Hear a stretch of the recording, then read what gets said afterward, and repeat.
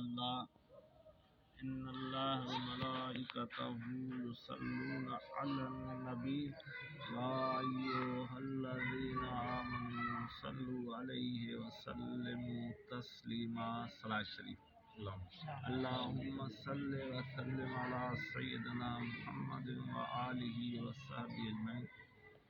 میرے قابل احترام دوستو، السلام علیکم ورحمۃ اللہ وبرکاتہ۔ آپ کی خدمت میں سورہ بقرہ میں سے ایک چھوٹی سی آیت کی تلاوت کا شرف حاصل کیا ہے۔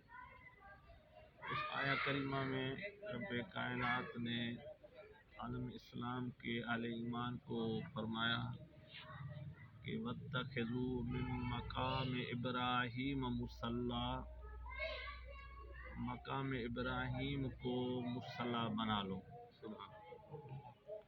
پورا حرم کعبہ اس کی وہ عظمت ہے کہ وہاں ایک نماز پڑھو تو لاکھ نمازوں کے برابر۔ تو پورے حرم کعبہ میں کہیں بھی نماز پڑھو تو آپ کو اللہ تعالیٰ لاکھ نمازوں کا ثواب دیں۔ ہمارے عقل کا تقاضا یہ ہے کہ کعبے کے اندر اگر نماز پڑھی جائے تو شاید اس کا اجر و ثواب بھی زیادہ ہوگا اور وہ اللہ کے یہاں قبولیت کے بھی زیادہ قابل ہوگی کہ وہ بالکل کعبے کے کمرے کے اندر موقع مل جائے، جس سے بادشاہ وقت کو ملا کرتا ہے۔ لیکن اللہ تعالیٰ سے پوچھیں کہ اللہ جب تیرے حرم میں ہم حاضری دیں تو وہاں ہم کون سے مقام پہ نماز پڑھیں؟ پورے حرم میں کہیں بھی نماز پڑھو تو نماز ہو جائے گی۔ تو اللہ تعالیٰ فرما رہے ہیں کہ اگر مجھ سے پوچھ رہے ہو تو میں آپ کو یہ مشورہ دوں گا کہ مقام ابراہیم کو مصلی بنا۔ یا رب قدیر، ہماری عقل اور قیاس تو یہ کہتی ہے کہ بھائی کعبے کے اندر ہمیں موقع مل جائے تو وہاں ہم نماز دو گانا پڑھ لیں تو ہمارے لیے کافی ہو جائیں گے۔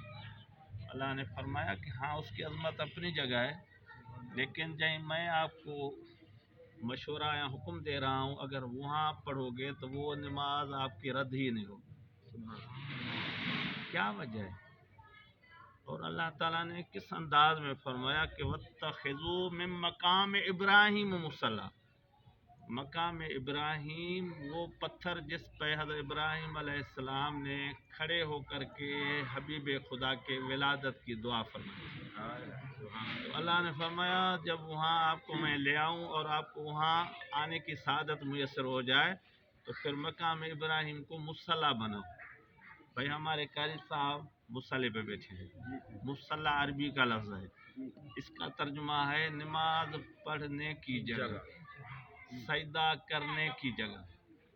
تو اللہ نے کیا حکم دیا کہ اگر میرے حرم میں آ جاؤ تو پھر میں آپ کو یہ حکم دیتا ہوں کہ مقام ابراہیم کو سجدہ گاہ بنا۔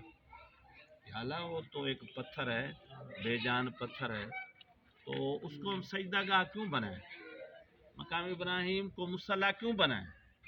ہمارا دل کہتا ہے، ہمارا عقل اور قیاس کہتا ہے کہ ہمیں تو کعبے کے اندر نماز پڑھنی چاہیے اور حتیم میں نماز پڑھنی چاہیے، وہ بھی کعبے کا حصہ ہے۔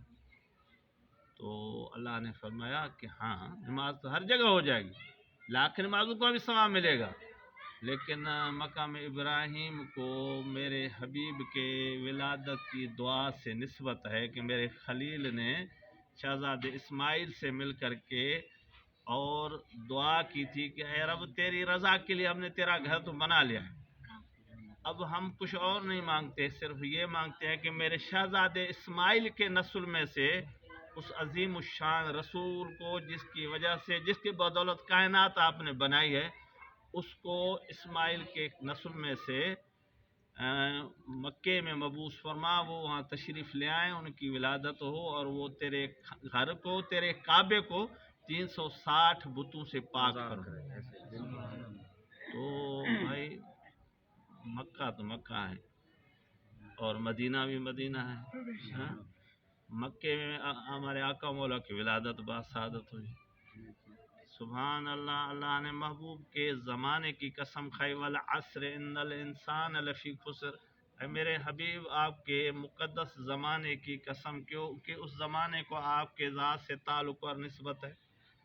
تو اللہ نے یہاں حکم فرمایا کہ مقام ابراہیم کو مصلی بناؤ، کہ اسی پتھر کو جس پہ ابراہیم نے کھڑے ہو کے دعا فرمائی تھی، اس کو میرے خلیل کی دعا سے جو میرے حبیب کے ولادت کے متعلق تھی اس سے نسبت ہے، لہذا مجھ سے پوچھتے ہو تو میں آپ کو یہ مشورہ حکم دیتا ہوں کہ وہاں آؤ تو پھر مقام ابراہیم کو مصلی۔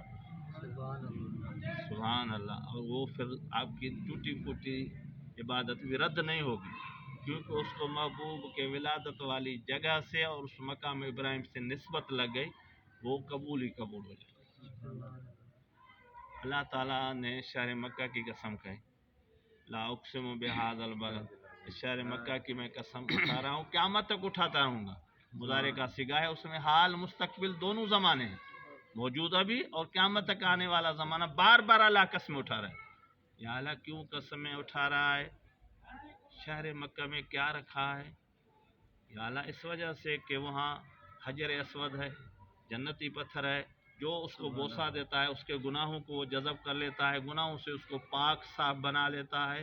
اللہ نے فرمایا اس کی عظمت اپنی جگہ ہے، لیکن میں اس وجہ سے قسم نہیں اٹھا رہا۔ یا اللہ اس وجہ سے قسم اٹھاتا ہے کہ وہاں چاہ زمزم ہے، تیرے پیارے اسماعیل ذبیح اللہ کے کیڑی مبارک سے وہاں سے چشمہ ابل نکلا تھا۔ اللہ نے فرمایا اس کو اپنی جگہ عظمت ہے، لیکن اس وجہ سے قسم نہیں اٹھا رہا۔ یا اللہ اس وجہ سے قسم اٹھا رہا ہے کہ مقام ابراہیم وہاں ہے، اللہ نے فرمایا اسی کی عظمت اپنی جگہ ہے، لیکن اس وجہ سے میں قسم نہیں اٹھا رہا۔ یا اللہ اس وجہ سے قسم اٹھا رہا ہے کہ وہاں تیرا گھر ہے، اللہ نے فرمایا نہیں اس کی عظمت اپنی جگہ ہے، لیکن اس وجہ سے قسم نہیں اٹھا رہا۔ قیامت تک کوئی آنے والا بد مذہب یہ کہہ سکتا تھا اللہ نے شہر مکہ کی اس وجہ سے قسم اٹھائی کہ وہاں چاہ زمزم ہے، وہاں حجر اسود ہے، وہاں مقام ابراہیم ہے، وہاں اللہ کا گھر ہے۔ اللہ نے کلیئر کٹ فرما دیا وَأَنْتَ حِلٌّ بِهَذَا الْبَلَدِ، اے میرے محبوب آپ کی وہ رہائش گاہ ہے، آپ کا وہ مکان ہے، آپ وہاں کے مکی ہیں، وہ آپ کی جائے ولادت ہے، آپ کے ولادت کا اس شہر مکہ وہ تعلق ہے، وہاں کے گلیوں کو آپ کے قدموں سے تعلق اور نسبت رہی ہے، وہاں کے فضاؤں کو 53 برس تک آپ کے ذات سے تعلق اور نسبت رہی ہے۔ تو آپ کی جائے ولادت ہونے کی وجہ سے، آپ کے مکان ہونے کی وجہ سے، آپ کے وہاں تشریف رکھنے کی وجہ سے شہر مکہ کی میں قیامت تک قسمیں اٹھاتا رہوں گا۔ یہ نسبت ہے، سبحان اللہ۔ ہم بڑے نصیب والے ہیں کہ اللہ نے اس عظیم رسول کا ہمیں غلام اور امتی بنایا، بن مانگے بنایا۔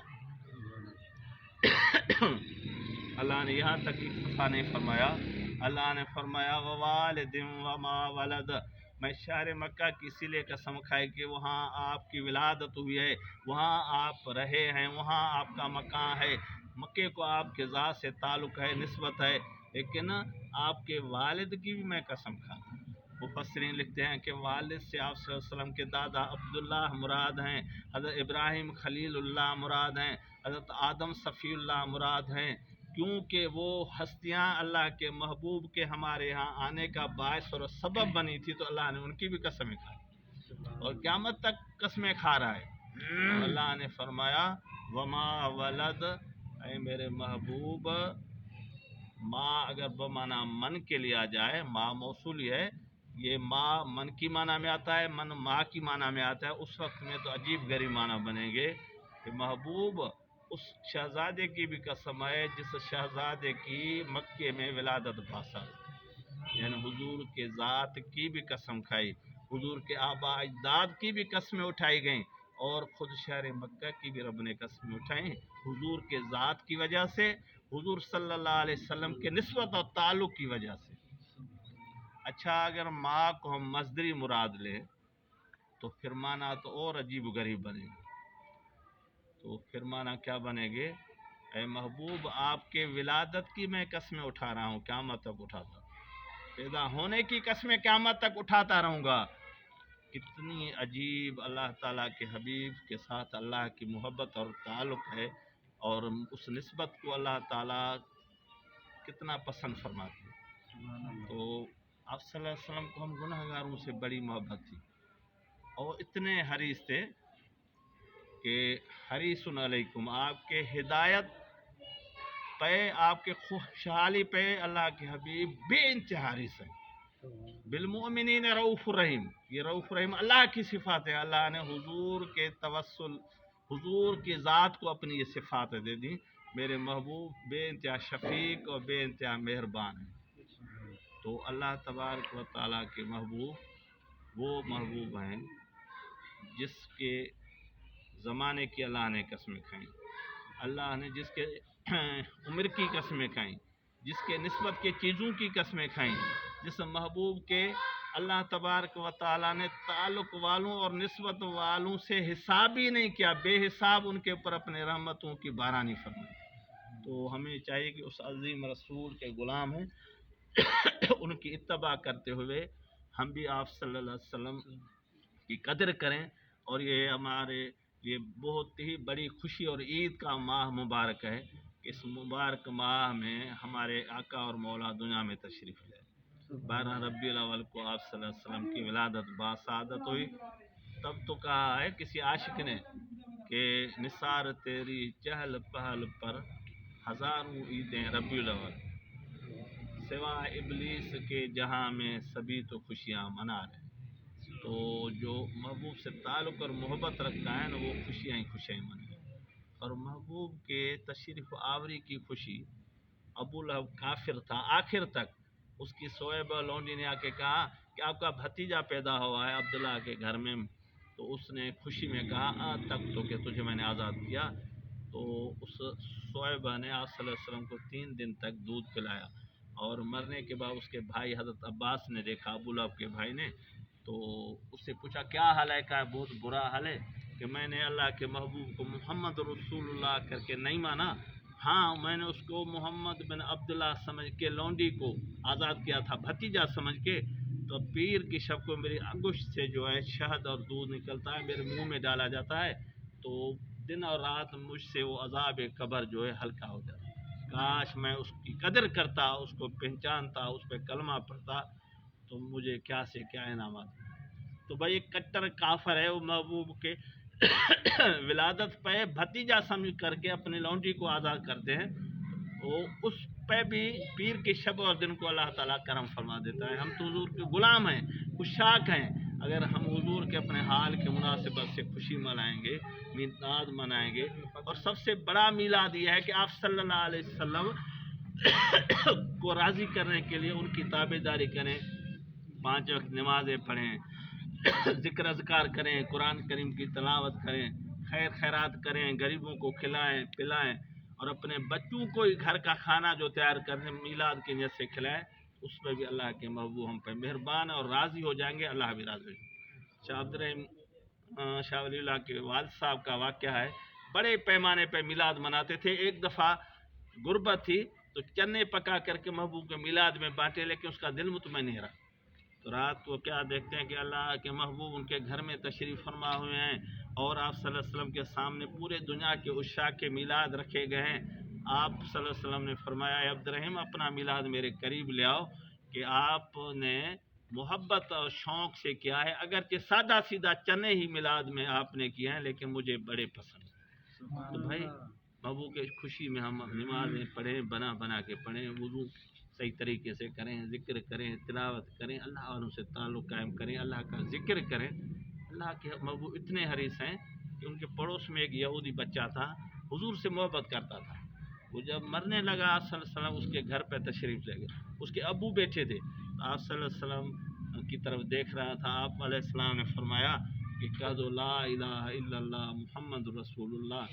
تو اس نے اپنے باپ کی طرف دیکھا. اس باپ تھا تو دشمن، یہودی تھا. اس نے دیکھا کہ اتنے مہربان ہیں اللہ کے نبی کہ میں دشمن ہوں لیکن میرے بیٹے کی عادت کے لیے میرے گھر پہ آئے ہیں. تو اس نے کہا جیسے کہتے ہیں ویسے کہہ دو. اس نے کہا اشہد ان لا الہ الا اللہ اشہد ان محمدن عبدہ و رسول، کلمہ پڑھا، روح پرواز کر گئی. آپ نے خوشی کا اظہار فرمایا سبحان اللہ جی، اس رب کی ذات پاک ہے اور ساری تعریف اس کے لیے ہے جس نے میری وجہ سے ایک جان کو جہنم سے بچا کے جنت میں بھیجا.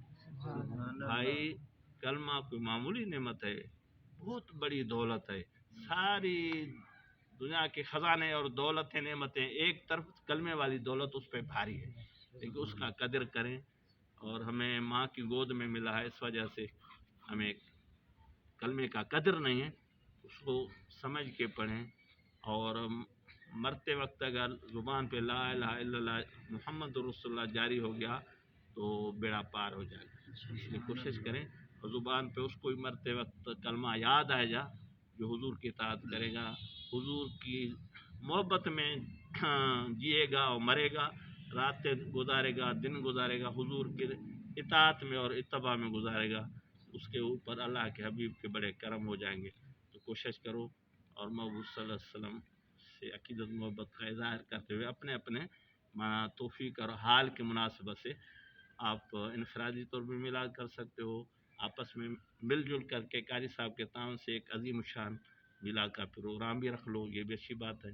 اللہ تعالیٰ ہمیں اپنی بارگاہ میں محبوب صلی اللہ علیہ وسلم کے صدقے میں اعمال صالح کی دولت سے مالا مال کرے، اور ہمیں ایمان پہ خاتمہ عطا فرمائے، اور ہمارا جو اٹھنا بیٹھنا ہے اللہ کی رضا کے لیے، یہ قیامت کے روز اللہ کے عرش کے سائے میں ہمیں اللہ کے رحمت کے سائے میں بٹھا کر کے اللہ تعالیٰ کی مہمانی کھانے کا اور اللہ تعالیٰ کی میزبانی کا ہمیں شرف عطا ہو۔ وما علینا الا البلاغ۔ ایک مرتبہ